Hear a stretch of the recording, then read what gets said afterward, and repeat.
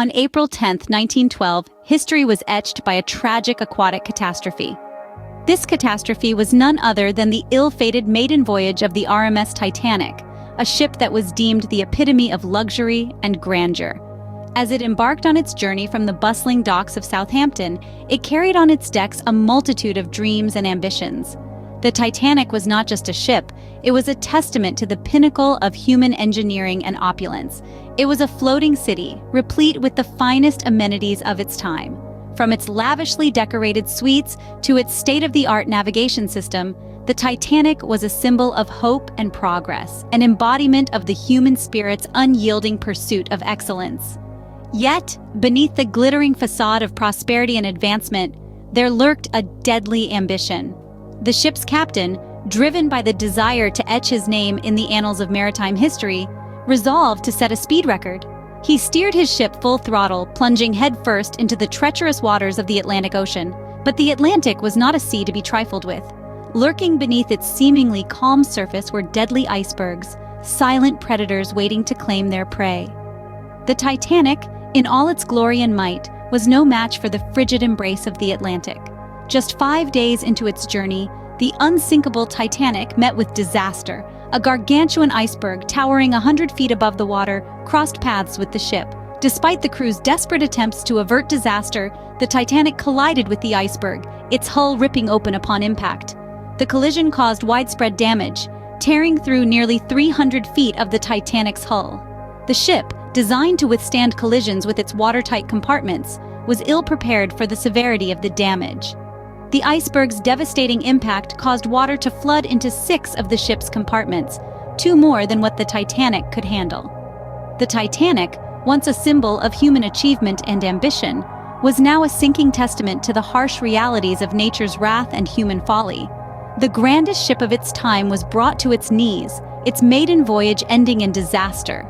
Their course met a fatal confrontation with a gargantuan 100-foot iceberg. Despite the crew's efforts, the collision ripped through the Titanic's hull, causing widespread damage over nearly 300 feet. The icy Atlantic waters rushed in, filling the compartments of the unsinkable ship. The Titanic was designed with state-of-the-art watertight compartments, meant to act as buffers in case of collisions. However, the iceberg's devastating impact caused 6 of these compartments to flood, 2 more than the Titanic was built to handle. The ship's fate was sealed. It was the beginning of the end for the grandest vessel of its time. The Titanic, the embodiment of human ambition and ingenuity, was succumbing to the icy grip of the ocean. The ship's design had a fatal flaw. The watertight compartments were not sealed at the top, allowing water to spill from one to the next as the ship tilted and sank. The unsinkable legend was sinking, and there was nothing anyone could do to stop it. In less than 3 hours, the Titanic was lost beneath the Atlantic waves, taking over 2/3 of her passengers and crew with her. But the story doesn't end there. The Titanic's tragic demise sparked questions and debates that persist to this day. Could the disaster have been averted? Were there design flaws in the ship that contributed to the catastrophe? Some argue that the Titanic's hull was made of substandard steel, brittle and ill-suited to withstand the harsh Arctic conditions. Others point to the ship's lack of lifeboats, a decision made in favor of aesthetics and space over safety. And then there's the question of the ship's speed. The Titanic was moving at full throttle when it struck the iceberg. Had the ship been moving slower, would the impact have been less catastrophic? Could the ship have stayed afloat longer, buying precious time for rescue? These questions linger, a testament to the Titanic's enduring legacy. The ship's tragic end serves as a stark reminder of the perils of hubris, of the limitations of human ingenuity in the face of nature's might. The Titanic's vulnerability magnifies the potential for tragic consequences. The tale of the Titanic is a tale of a single decision's ripple effects, of the thin line between triumph and disaster. It's a tale that continues to captivate us over a century later. The question arises, could a head-on collision have changed the Titanic's fate? Let's delve into this intriguing what-if scenario. Some experts propose that a head-on crash could have resulted in only 2 to 4 compartments flooding.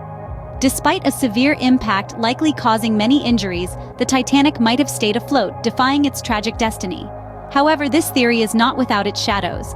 the Titanic's structural limitations, brittle steel, and the crew's unpreparedness for a stationary iceberg impact may have led to even more catastrophic consequences. A violent halt from a direct hit could have resulted in severe injuries, particularly for those at the front of the ship. Looking at other maritime disasters like the SS Olympic versus HMS Hawke and the Andrea Doria versus the Stockholm, we see potential outcomes of head-on collisions. But given the Titanic's unique vulnerabilities, the scale of potential tragedy looms larger. Share your thoughts in the comments below. Could the Titanic have survived a head-on collision?